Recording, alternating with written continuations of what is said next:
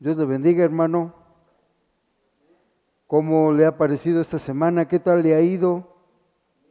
¿Sí? Dicen mis hijas que tengo un gallito aquí, entonces hoy venimos a compartir mi gallo y yo. Dios le bendiga. Piense por un momento conmigo. Si pudiera viajar hacia atrás en el tiempo, ¿qué época elegiría para llegar? ¿Nadie? A ver, piénsele, échenle a andar aquí el chip. ¿Qué época elegiría? ¿Cuando eran niños? ¿Cuando eran adolescentes? Niña. No, yo elegiría viajar varios siglos atrás en el tiempo de Jesús. Quisiera conocer a Jesucristo. Yo elegiría eso. Es que no me especifiqué, ¿verdad? Mire, yo elegiría esto sin dudarlo, Jerusalén en tiempos de Jesús. Pero vamos a mirar un poco la situación geopolítica que en esos entonces estaba, porque uno piensa, no, pues voy a ir como en un museo, como en un tour, ¿no? Y me van a enseñar a sus 12 discípulos y los voy a ver alabando al Señor y cenando con Él, y voy a escuchar las predicaciones de Jesucristo y voy a entregar mi vida a Él y todo eso. Vamos a mirar cuál era el ambiente geopolítico de aquel entonces. Primero, el territorio del Imperio Romano abarcaba 3 continentes y Roma había invadido Jerusalén. Abarcaba sur y oeste de Europa, el oeste de Asia y el norte de África. Dentro de sus límites quedaban Bitinia, Galia, España, Suiza y los países situados al sur del río Danubio, Italia, Grecia, Turquía, Asia Menor y el norte de África. Esa era la situación geopolítica. Ahora, ¿cómo es que había crecido tanto el Imperio Romano? Bueno, el Imperio Romano era un vasto territorio en aquel entonces, ganado a punta de espada. No le pedían permiso a nadie, entraban y conquistaban y tomaban los reinos y se apoderaban de ellos e imponían su cultura, imponían su política, imponían absolutamente todo. Eso era el chulo ambiente que se vivía. Ahora, geográficamente era un vasto territorio, pero ¿qué más?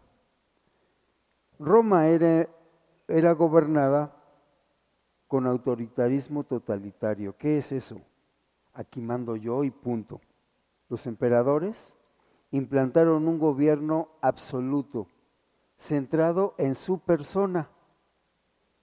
No había mayor autoridad que la de ellos. Nadie podía opinar absolutamente nada y no interesaban las opiniones.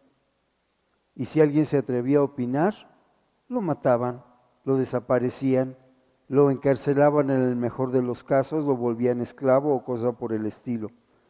Todos los poderes políticos, militares, religiosos y administrativos recaían en una sola persona, el emperador. Esto convertía al emperador, a ese gobernante, en una persona casi semidios, o más bien en un semidios. Él podía tomar cualquier decisión sin ninguna consecuencia, no así los demás. Los demás más les valía sujetarse a las decisiones del semidios emperador en turno, porque si no les iba a ir como en feria. La economía de Roma, un gran imperio, necesita mucha economía para mover todo ese ejército y toda esa infraestructura que se necesita para lo belicoso. La economía se basaba en el cobro de tributos a todos los pueblos sometidos. Tenían que pagar, ellos le llamaban impuestos, ¿verdad? Pero no eran impuestos, eran tributos. Más bien eran casi robos. Eran unos impuestos exagerados que se modificaban de acuerdo al estado de ánimo, a la situación económica del país o del imperio más bien, y se iban modificando. Y de allí, bueno, pues salieron los cobradores de impuestos, por ejemplo, Mateo. Mateo era un cobrador de impuestos y ellos se encargaban del cobro de esos impuestos que iban a las arcas del emperador y del gobernador de la provincia. Cada provincia tenía que generar riqueza al imperio. Aquí no se valía que, bueno, pues hoy no alcanzó para cooperar para el imperio. No, no había de eso. Cada provincia tenía que generar cada determinado tiempo una determinada, valga la redundancia, ganancia para el imperio. Y no era cualquier cosa y no era optativo. Así que los gobernantes de las provincias tenían la presión de llevar riqueza al imperio, pero también de traer riqueza a sus arcas. Al pueblo no importaba, solamente las arcas del gobernante y del emperador. Y eso era una presión terrible. Ahora, con esas tres ideas en mente, iniciemos nuestro estudio de hoy. ¿Qué ideas? El emperador era un semidios. Cada provincia tenía que generar riqueza y la violencia era la que mandaba. Era el imperio del más fuerte y el más fuerte era Roma. Y su emperador, que casi era era considerado más bien como un semidios, y así se consideraban los emperadores. Vamos a nuestro texto inicial, que no es el versículo base. Mateo 27, del 1 al 2.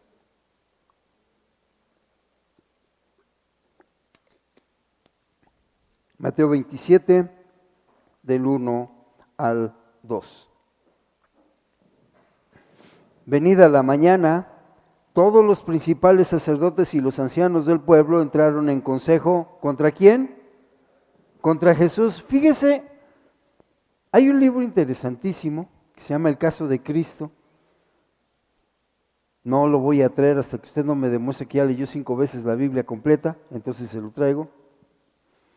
Pero hay un libro muy interesante que habla de todo todas las leyes que se violaron en el juicio que se le hizo a Jesús. Jesús ya estaba condenado por el pueblo antes siquiera de que lo hubieran prendido. El pueblo pensaba que ellos, bueno, no el pueblo, los sacerdotes pensaban que ellos le habían condenado, pero la verdad es que a eso vino Jesús al mundo, a morir por nosotros. Pero bueno, todos los principales sacerdotes y los ancianos del pueblo entraron en consejo contra Jesús. ¿Para qué? Para entregarle a muerte. Y le llevaron atado y le entregaron a Poncio Pilato. ¿Quién era Poncio Pilato en aquel entonces? El gobernador. Recuerde, tenía que generar riqueza. El emperador era el semidios, era el jefe supremo, y las cosas se arreglaban por las armas, por la violencia, así. Poncio Pilato tenía esas 3 cosas encima. ¿Quién fue Poncio Pilato? Bueno, Poncio Pilato, según su biografía, fue un dirigente romano dispuesto tan solo a hacer cumplir el poder de su ley. Eso era Poncio Pilato, un dirigente que solamente estaba dispuesto a hacer cumplir el poder de su ley. Los registros del historiador Filón de Alejandría lo describen como una persona cruel. Estos escritos hacen referencia a su violencia y su conducta abusiva. Durante su gobierno hubo frecuentes ejecuciones que sin juicio previo llevaron a muchos a la muerte. ¿Por qué? Porque era el poder de su ley. Si tú te sublevabas o tenías la osadía de hablar mal, de pensar mal, de hacer algo que se interpretara como que ibas en contra de su poder o del imperio romano, estabas frito. Ibas a parar en el mejor de los casos a la cárcel, o ibas a parar como esclavo a un barco, en el mejor de los casos. Pero la mayoría de las veces las cosas se arreglaban con la violencia. Había un imperio de miedo, Uno no respetaba a Poncio Pilato por su investidura, sino por lo que era capaz de hacer. Lucas 23, del 1 al 3, dice: levantándose entonces toda la muchedumbre de ellos, llevaron a Jesús a Pilato. ¿Quiénes eran la muchedumbre de ellos? Los sacerdotes, los gobernantes y todo el demás pueblo, toda la bola de borregos que iba siguiéndolos a ellos. Llevaron a Jesús a Pilato y comenzaron a acusarle diciendo: a este hemos hallado que pervierte a la nación, que prohíbe dar tributo a César, diciendo que él mismo es el Cristo, un rey. Entonces Pilato le preguntó diciendo: ¿eres tú el rey de los judíos? Y respondiéndole él, dijo: tú lo dices. ¿Qué acusaciones pesaban en contra de Jesús? No pierda de vista el ambiente que le acabo de describir. El emperador era Dios, era el rey absoluto, había que generar riqueza para el imperio y se arreglaba por las malas cualquier conflicto. ¿Hasta allí vamos bien? Ahora, acusaciones sobre Jesús. Dijeron: no da tributo a César. Eso enseña, no solamente él se niega a darlo, sino que aparte enseña a los demás a no dar el tributo a César. ¿Qué tenía que generar cada provincia del imperio? Riqueza. No era opcional. Ahora, si esto enseñaba, eran mentiras, pero si esto era cierto, entonces Jesús era un peligro para el imperio, no solamente para la provincia, para el imperio. Estaba atentando en contra de los intereses del imperio. Cada provincia tenía que generar riqueza. Y según esta turba, Jesús enseñaba lo contrario. No era cierto. Si usted lee las 4 versiones del Evangelio, en ningún momento Jesús enseñó esto. Pero aquí no hacía falta probar nada. Si algo se interpretaba mal, hasta allí. Después, dicen los ancianos, con Pilato, llegan y le dicen: mira, él se cree el Cristo, el rey. ¿Quién es el emperador? ¿Quién es el semidios allí? El emperador en turno. Así que Jesucristo, si esto decía, estaba atentando contra el imperio mismo. Porque, ¿sabe? Solamente había posibilidad de que un emperador ocupara ese puesto. No había posibilidad de que hubiera 2 emperadores o el emperador y su ayudante. Y Jesús, según esta turba, estaba proclamándose rey. Él sí lo era, pero él en ningún momento intentaba convencer a los demás de que él era rey. Además, su reinado era de un tipo muy diferente al reinado de los romanos. Pero si esto era cierto, Jesús era un enemigo del imperio. No solamente estaba atentando contra Pilato, sino contra César mismo, el semidios, el que estaba arriba, el jefe de todos. ¿Cómo se arreglaban las cosas en la provincia romana? A punta de espada, con violencia. Así se arreglaban. Pero fíjese una cosa muy curiosa, que leyendo con atención uno puede percibir. Con esas 2 acusaciones, Pilato tenía pretextos más que suficientes para mandar a Jesucristo y condenarlo a muerte. Pero, ¿qué le respondió Pilato qué le preguntó Pilato a Jesús después de haber recibido las acusaciones de los judíos? Lucas 23, 4. ¿Qué decía Pilato? Pilato dijo a los principales sacerdotes y a la gente: ¿qué? Ningún delito hallo en este hombre. Pilato no era un enemigo de Jesucristo.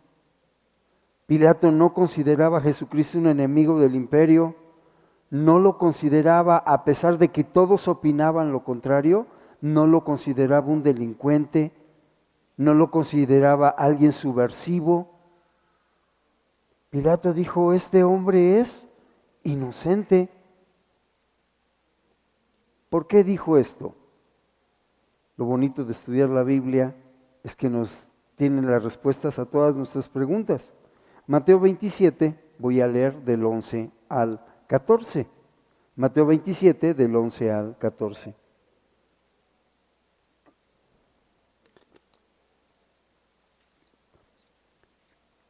Jesús, pues, estaba en pie delante del gobernador, y éste le preguntó diciendo, ¿eres tú el rey de los judíos? Y Jesús le dijo, tú lo dices. Y siendo acusado por los principales sacerdotes y por los ancianos, nada respondió. Entonces, Pilato entonces le dijo, ¿no oyes cuántas cosas testifican contra ti? Pero Jesús no le respondió ni una palabra, de tal manera que el gobernador se maravillaba mucho. Aquí hay algo sorprendente, un milagro de los que yo llamo milagros ocultos en la Biblia, porque los leemos y si no nos detenemos un poquito a reflexionar, pasan desapercibidos. Primer cosa, Pilato era en ese entonces el representante de César en aquella región, en Judea.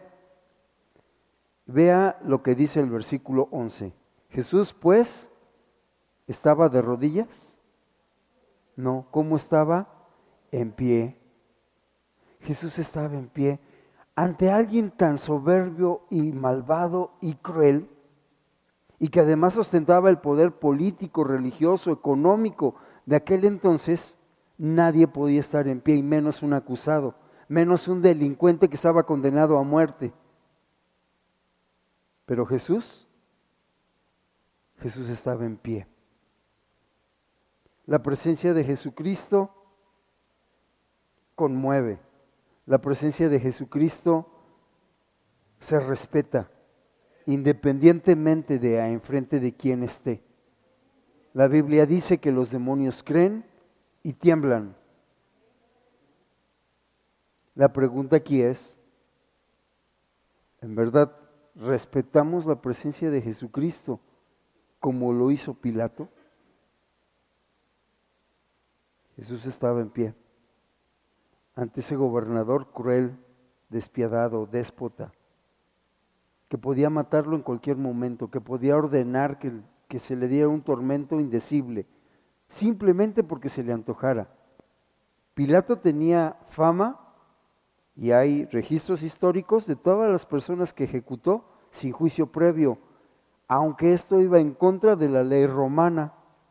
La ley romana decía que se tenía que tener un juicio previo, pero Pilato los condenaba simplemente por simpatía. Pero Pilato no fue capaz de decirle al gran rey que se postrara ante él, porque la presencia de Jesús impacta y la presencia de Jesús se respeta. Ahora, Pilato empieza a intentar dialogar con Jesucristo y le pregunta, ¿eres tú el rey de los judíos? ¿Qué le contestó Jesús? ¿Cómo ve esta respuesta? Sí, sabia, claro, pero ¿cómo la ve? ¿Cómo la interpreta un déspota como Pilato? Una falta de respeto. Respóndeme lo que te estoy preguntando. A mí no me salgas con otra pregunta. A mí no me salgas con eso. Soy Pilato, el gobernador. ¿Tú lo dices?, le dijo Jesús. Vea el versículo 13. Pilato entonces le dijo, ¿no oyes cuántas cosas testifican contra ti? Pero Jesús no le respondió ni una sola palabra. A ver, póngase en el lugar de Pilato, usted con todo el poder político, no estaba César allí, nadie le iba a ir con el chisme además. Y si ejecutaba a Jesucristo se ganaba más poder político de toda la casta gobernante de Judea. Así que Dañar a Jesucristo era políticamente correcto para aquel entonces. Esto le iba a redituar más favor de los sacerdotes. Recuerden que los sacerdotes tenían el control del pueblo. Esto le convenía a un gobernante. Mientras más controlado tenga un pueblo, menos cosas tiene que hacer él. Pero Jesús no respondió absolutamente nada. Y Pilato, en lugar de encolerizarse, en lugar de estallar, de maldecirlo, de decir azótenle, mátenle, llévenlo al circo romano, que lo devoren las fieras, en lugar de hacer eso, dice de tal manera que el gobernador, es decir, Pilato, ¿qué? Se maravillaba mucho. Para ese entonces, Jesús estaba casi desnudo. Jesús estaba con todo el escarnio, azotado, etcétera, y estaba delante del que según él, según Pilato, tenía el poder para liberarlo a vida o condenarlo a muerte. Pilato, muy en el fondo, reconocía quién era Cristo. ¿Por qué? Porque su sola presencia cambió el comportamiento de Pilato. Y aquí hay una lección de fondo muy profunda, muy poderosa además. Amado hermano, si tú y yo decimos ser cristianos, entonces disfrutamos de la presencia de Jesús.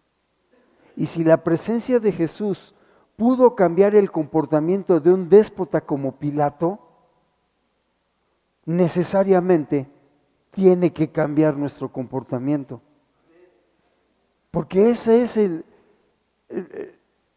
la consecuencia lógica de disfrutar de la presencia de Jesús. Ahora, la pregunta de fondo, que no respondas pero reflexiona, es: ¿qué tanto ha cambiado Jesús tu vida, tu comportamiento desde que llegó a ti? ¿La ha cambiado en algo? Porque si la respuesta es no, entonces deberías de revisar tu relación con Cristo, porque quizá solamente tengas una noción religiosa de lo que significa seguir a Cristo. Si Jesucristo está presente en mi vida, mi conducta tiene que cambiar forzosamente, sin que Jesucristo tenga que decir absolutamente nada. Usted revise las 4 versiones del Evangelio, usted revise las actas históricas de todo esto y no va a encontrar que Jesucristo llevara a salvación a Pilato. Jesús no le dijo absolutamente nada, pero Pilato cambió su conducta. ¿Por qué? Porque Jesús no necesita decir nada. La sola presencia de Jesucristo en nuestras vidas debe de cambiarlas sin decir absolutamente nada. Pregunta para reflexión: ¿qué tanto ha cambiado? ¿Le reconoces como superior a ti? Es decir, ¿Jesús es el que manda o tú te atreves a ordenarle a Jesús? Eso es muy fácil de responder. Ve tu oración. Si tu oración solamente es quítame, dame, ponme, dame, te pido, dame, cuidado, hay una relación equivocada, hay una relación religiosa. Tú no estás experimentando la presencia de Cristo, ni tú ni yo. Si yo tengo una convivencia con Jesús, le reconozco como el muy superior a mí. Y entonces mi oración no es dame, es aquí estoy. Mi oración no es quítame, ponme, es a tus órdenes. Y mis decisiones son tomadas en base a su voluntad. Nunca voy a pretender que Jesús haga mi voluntad si no voy a esforzarme por hacer la suya. ¿Me explico? si tengo una relación correcta con Jesucristo, nadie va a tener que decirme lee por piedad la Biblia. Yo lo voy a hacer porque es la forma en que yo me estoy relacionando con el gran Rey. Y mi conducta cambia, así como cambió la de Pilato, sin que Jesús me tenga que decir absolutamente nada. Tú estás aquí, mi respeto, Señor, a tus órdenes, lo que se te ofrezca. Imagínense si en este momento viene el presidente de la República y se para aquí. ¿Quién no buscaría saludarle? Independientemente de sus simpatías políticas o sus antipatías, ¿no? Eso no interesa. ¿Quién no buscaría decirle algo? ¿Quién no le diría señor presidente o cuando menos señor licenciado? ¿Por qué? Porque se le respeta por la investidura, no por su simpatía. Jesús tiene mayor jerarquía que todos los gobernantes del planeta juntos. Ahora, ¿le respetamos por su investidura? Yo se lo dejo allí a su consideración, pero sería un buen momento para reflexionar qué visión tengo de Jesucristo. Cambió a Pilato sin una palabra. ¿Qué le preguntó Pilato a Cristo? Vaya a Marcos, por favor.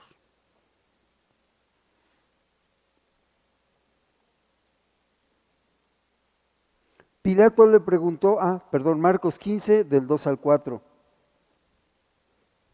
Estoy pensando que usted lee la mente, ¿verdad? Marcos 15, del 2 al 4.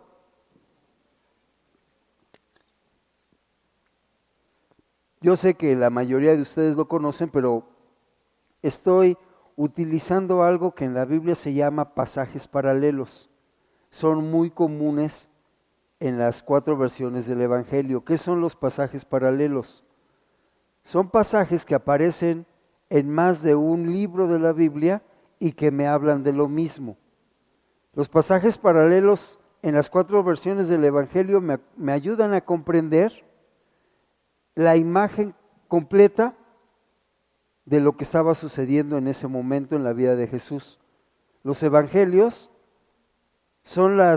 es la biografía de Jesucristo vista desde 4 ópticas distintas, sus 4 biógrafos, Mateo, Marcos, Lucas y Juan. Por eso estoy saltando de un libro a otro y usted verá que hablan de lo mismo. Pero cada versión, cada pasaje paralelo me da una idea más completa o va complementando más bien la idea total, la idea integral. Pilato le preguntó, ¿eres tú el rey de los judíos? Respondiendo él, le dijo, tú lo dices. Y los principales sacerdotes le acusaban mucho. Otra vez le preguntó Pilato diciendo, ¿nada respondes? Mira de cuántas cosas te acusan. Aquí solamente puedo ver 2 preguntas. ¿Es verdad lo que dicen los judíos? ¿Eres tú su rey? Y nada respondes. Solo 2 preguntas. Uno piensa que el diálogo entre Jesús y Pilato fue muy amplio y no, fue tan sencillo porque Jesús no tenía que responder a nada. Los principales sacerdotes pensaban que lo estaban condenando, pero nadie le quitó la vida a Jesús. Él la entregó por nosotros voluntariamente. Nosotros, si hubiéramos estado allá, seríamos seguramente de los que estaban gritando, crucifícale. ¿Sabe por qué no fuimos o no somos capaces de decir que crucifiquen a Jesús? Porque nos faltó oportunidad y tiempo. Pero si hubiéramos estado allá, ahí estaríamos. garganta tendida, gritando ahí, crucifíquele. 2 preguntas. Pero hay una tercera pregunta, y este es el texto base del estudio, que impacta. Juan capítulo 18, voy a leer los versículos del 33 al 38. Es la única vez que se registra esta pregunta en las 4 versiones del Evangelio. No son 4 evangelios, son 4 versiones de un mismo suceso. Juan 18 del 33 al 38. Entonces Pilato volvió a entrar en el pretorio, es decir, donde estaba sesionando, y llamó a Jesús y le dijo, primer pregunta, ¿eres tú el rey de los judíos? Esa ya la pudimos ver en Lucas. Jesús respondió, ¿dices tú esto por ti mismo o te lo han dicho otros de mí? Versículo 35, Pilato le respondió, ¿soy yo acaso judío? Tu nación y los principales sacerdotes te han entregado a mí. ¿Qué has hecho? Ahí van otras 2 preguntas. Respondió Jesús, mi reino no es de este mundo. Si mi reino fuera de este mundo, mis servidores pelearían para que yo no fuera entregado a los judíos. Pero mi reino no es de aquí. Le dijo entonces Pilato, luego, ¿eres tú rey? Respondió Jesús, tú dices que yo soy rey. Yo para esto he venido y para esto he venido al mundo, para dar testimonio a la verdad. Todo aquel que es de la verdad oye mi voz.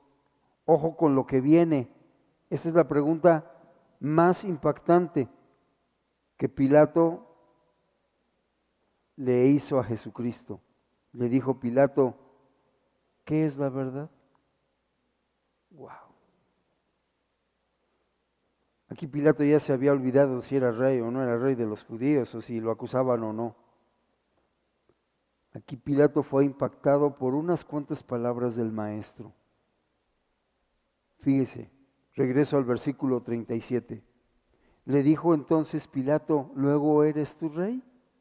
Respondió Jesús, tú dices que yo soy rey. Ojo, tú dices que yo soy rey. Ahora, vea lo que sigue. Yo para esto he nacido. ¿Para qué esto? ¿Qué estaba diciendo aquí Jesús? ¿Para qué? ¿Para qué? No estaba hablando de su rey, de ser el rey aquí. ¿Para qué? Para morir por nosotros. Jesús estaba diciendo, yo para esto que tú ves, yo para este momento nací. No para que me proclamen rey aquí, no para convencer a todos que soy el rey de reyes y señor de señores. Yo nací ¿para qué? Para morir por los del Centro Cristiano Zumpango un día 30 de junio del 2019. Y los siglos se pueden seguir pasando y si el Señor no viene por segunda ocasión, esta afirmación de Él sigue siendo vigente. Yo para esto, para morir por ustedes he nacido. Pilato, yo creo que no alcanzaba a digerir todo lo que estaba pasando, todos los sentimientos encontrados que estaban en su corazón. Yo para esto he nacido y para esto he venido al mundo. ¿Para qué? Para dar testimonio de la verdad. Y con esas palabras, Pilato se desarmó por completo. No supo más qué decir, pero hizo una pregunta crucial. Todo aquel, dice Jesús, que es de la verdad, ¿qué va a pasar? Oye mi voz. Le dijo Pilato, ¿qué es la verdad? Yo quiero conocer esa verdad. Me interesa ampliar el tema.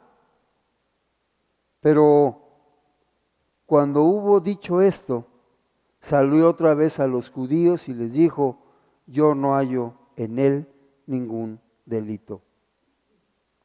¿Sabe el error de Pilato? Jesús le estaba dando la oportunidad de ser salvo. ¿Sabe el error de Pilato? pensó que iba a haber más tiempo para platicar con aquel profeta. Lo voy a perdonar, va a salir libre, lo puedo llamar a mi palacio cada que yo quiera, me va a enseñar más, vamos a platicar acerca de lo que él está diciendo. Pero a Pilato se le acabaron las oportunidades, tuvo una sola, y la desperdició. Salió y quiso exonerar a Jesucristo. Yo no hallo en él ningún delito. Si Jesús no le había respondido nada de lo que él le preguntó, Pilato ignoró las acusaciones de los judíos contra Jesús. Pilato sabía que era inocente, pero desperdició su única oportunidad de conversar con el Maestro. Y sabes, tú y yo podemos estar en esta misma situación. Hoy puede ser nuestra última oportunidad de ponernos a cuentas con el Señor y con los hombres. Sí, nosotros pensamos que mañana va a ser otro día y que va a salir el sol y sí, todo eso es correcto. Seguramente si el Señor no viene antes, mañana sale el sol. El problema no es que salga o no el sol, el problema es si este que les habla va a estar respirando o no. Ese es el problema. Y muchas veces desperdiciamos las oportunidades que tenemos de regresar al camino correcto, de corregir nuestros errores, de reconocerlos, de decirle, Maestro, yo quiero seguir conociendo eso. Pilato hizo la pregunta correcta, ¿qué es la verdad? Pero no esperó la respuesta. ¿Cuántas veces hemos venido a la iglesia y hemos hecho lo correcto, pero no esperamos la respuesta?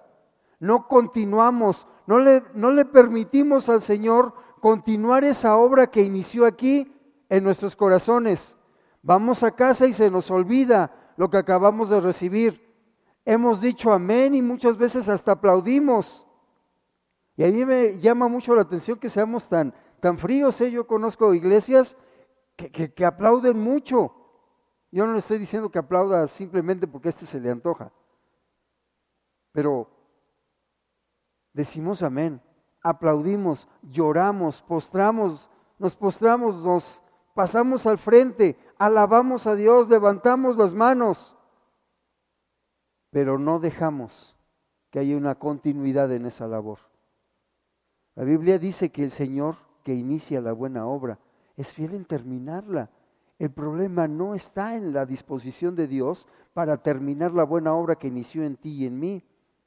El problema está en nosotros, que no le permitimos a Dios continuar la buena obra, porque pensamos que un cristiano es cristiano dentro de la iglesia y que afuera puede ser igual que los demás.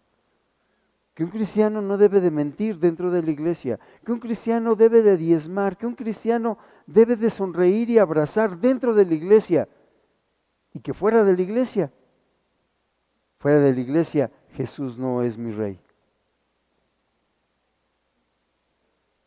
Vuelvo a lo mismo, Pilato fue impactado por Jesucristo, pero desaprovechó la única oportunidad que le quedaba. Y Pilato no se murió, Jesús entregó su vida también por él, pero desaprovechó la última oportunidad que le quedaba. Y tú, hermano, ¿cuántas oportunidades tienes? ¿Cuántas te sobran? ¿Tienes un número? ¿Hay una fecha fatal? Yo no sé la mía. Y tampoco sé la respuesta a cuántas oportunidades tengo. Pero sabes, después de reflexionar en esto, yo creo que voy a aprovechar esta que puede ser la última. Ay, hermano, qué fatalista, ¿no? ¿Es real o no? Ahora, ¿cuántas verdades conocía Pilato? ¿Por qué preguntó qué es la verdad? ¿Cuántas verdades conocía Pilato? Vea, verdad número 1, César es el Dios, César es el emperador, a él se le debe todo tributo, todo honor, toda gloria, a él se le respeta. Esa era la verdad que le convenía a Pilato conocer y conocer muy bien, porque César era su jefe, porque la cabeza de Pilato dependía de la opinión de César, porque Pilato era un empleado de César contratado para generar riqueza, y esa era la segunda verdad.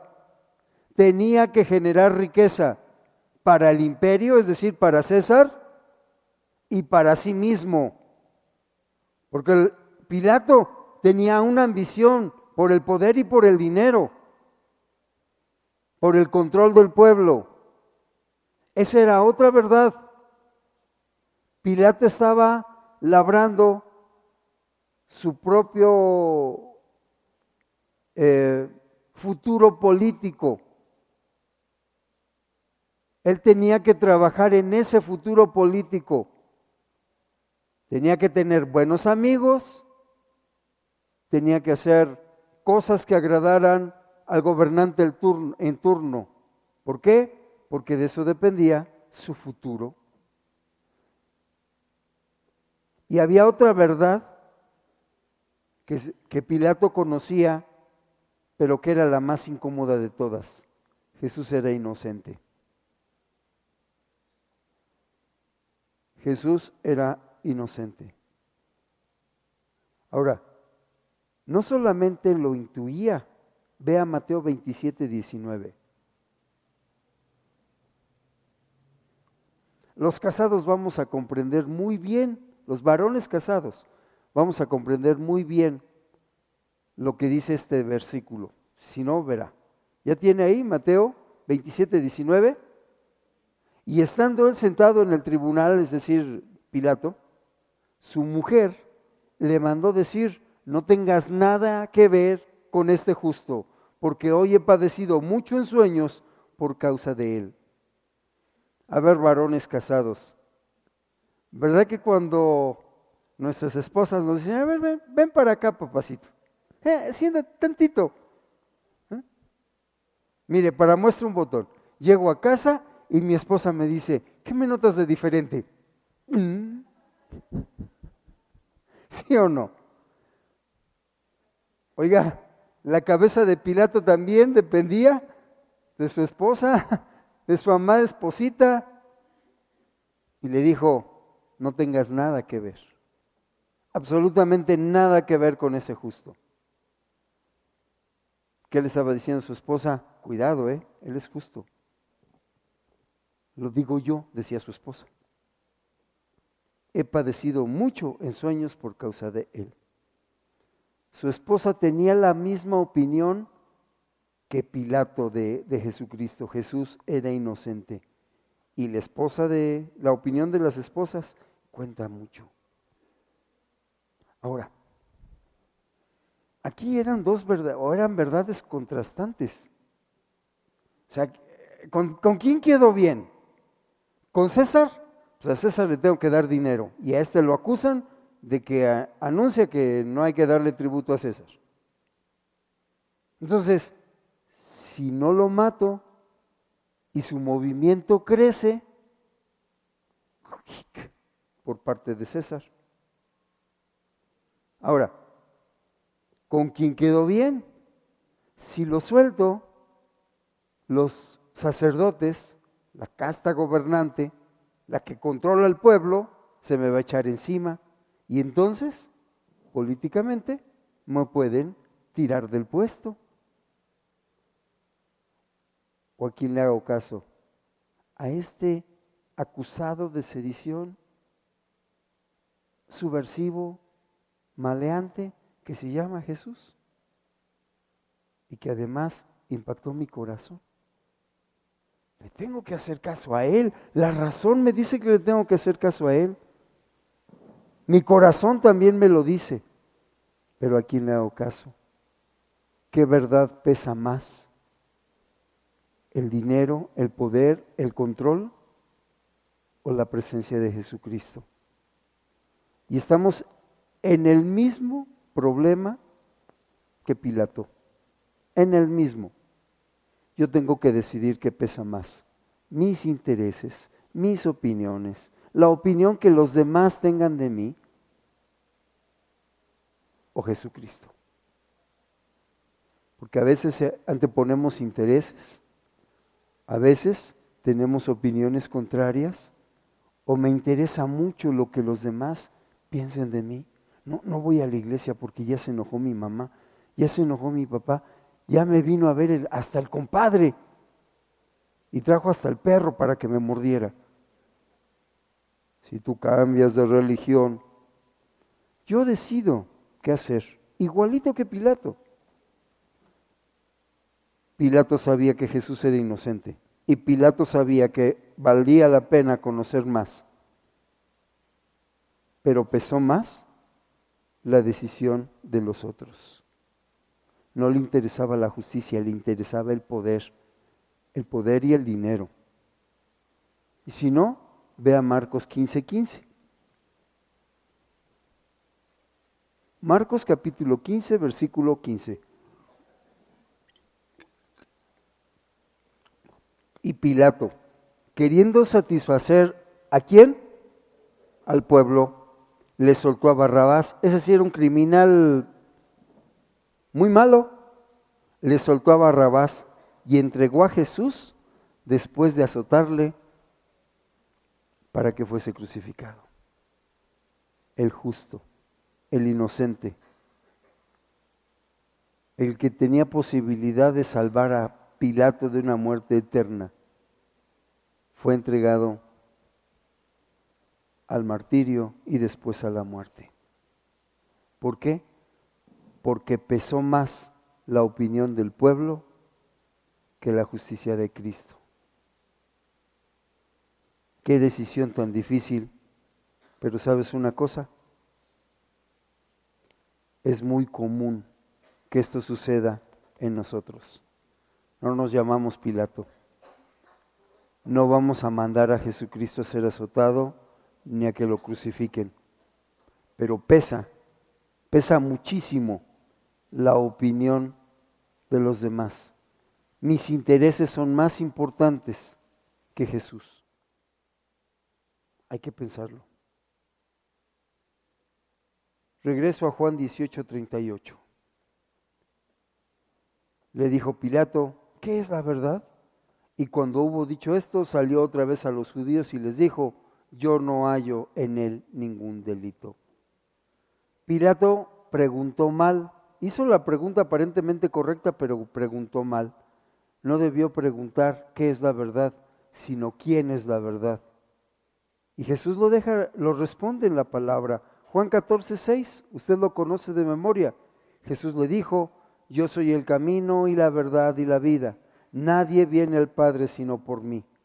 La verdad no era algo, es alguien. Su nombre, Jesús.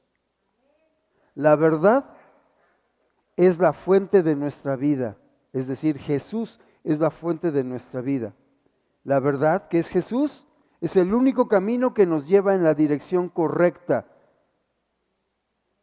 Tu capacidad no puede llevarte en la dirección correcta. Tu inteligencia, tus contactos, tu dinero, tu esfuerzo no puede llevarte en la dirección correcta. El único que te lleva en la dirección correcta se llama Jesús y Él se define a sí mismo como la verdad. La verdad, Jesús, nos reconcilia con el Padre.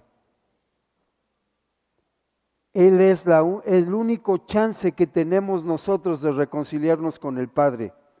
¿De qué nos tenemos que reconciliar? De todos nuestros errores, de todos nuestros pecados, de todas nuestras desobediencias, de todas nuestras necedades.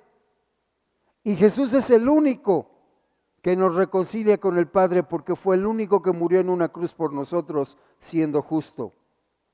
Ni siquiera Pilato pudo hallar algo malo en él.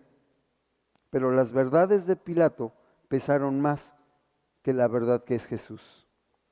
Pregunta, ¿cuántas cosas tienen más peso en tu vida que Jesús? No lo respondas.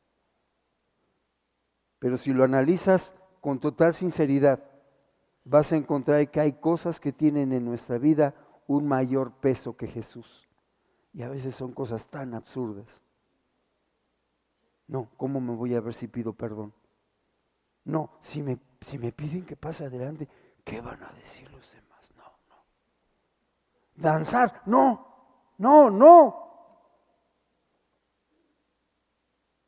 ¿Cuántas cosas tienen más peso en ti que Jesús? Esa es una pregunta con la que quiero concluir. Ahora, Juan 10, del 27 al 30, registra palabras de Jesucristo. Y vea, mis ovejas oyen mi voz, y yo las conozco y me siguen. Yo les doy vida eterna, y no perecerán jamás, ni nadie las arrebatará de mi mano. Mi Padre que me las dio es mayor que todos, y nadie las puede arrebatar de la mano de mi Padre. Yo y el Padre somos uno. Déjame cerrar este mensaje con algunas verdades que Jesucristo nos dice aquí. Somos sus ovejas solo si escuchamos su voz. Ojo con eso. Somos sus ovejas solo si escuchamos su voz. Nuestro pastor nos conoce. Sus ovejas le seguimos, no cuando nos conviene ni cuando ya no nos queda otra, sino que le seguimos siempre. Jesús nos da la vida eterna y es el único que puede hacerlo, no hay nadie más. Nada ni nadie nos puede arrebatar de su mano, a menos que nosotros no nos sujetemos a su mano. Y hay una perfecta unidad entre Jesús y su Padre. Ambos están de acuerdo en lo que les dije anteriormente. Pilato salió antes de tiempo a declarar la inocencia de Jesucristo. Que no nos pase. Aprovecha esta oportunidad y reflexiona. ¿Qué tiene mayor peso en tu vida? ¿Jesús o tus verdades? Dios te bendiga.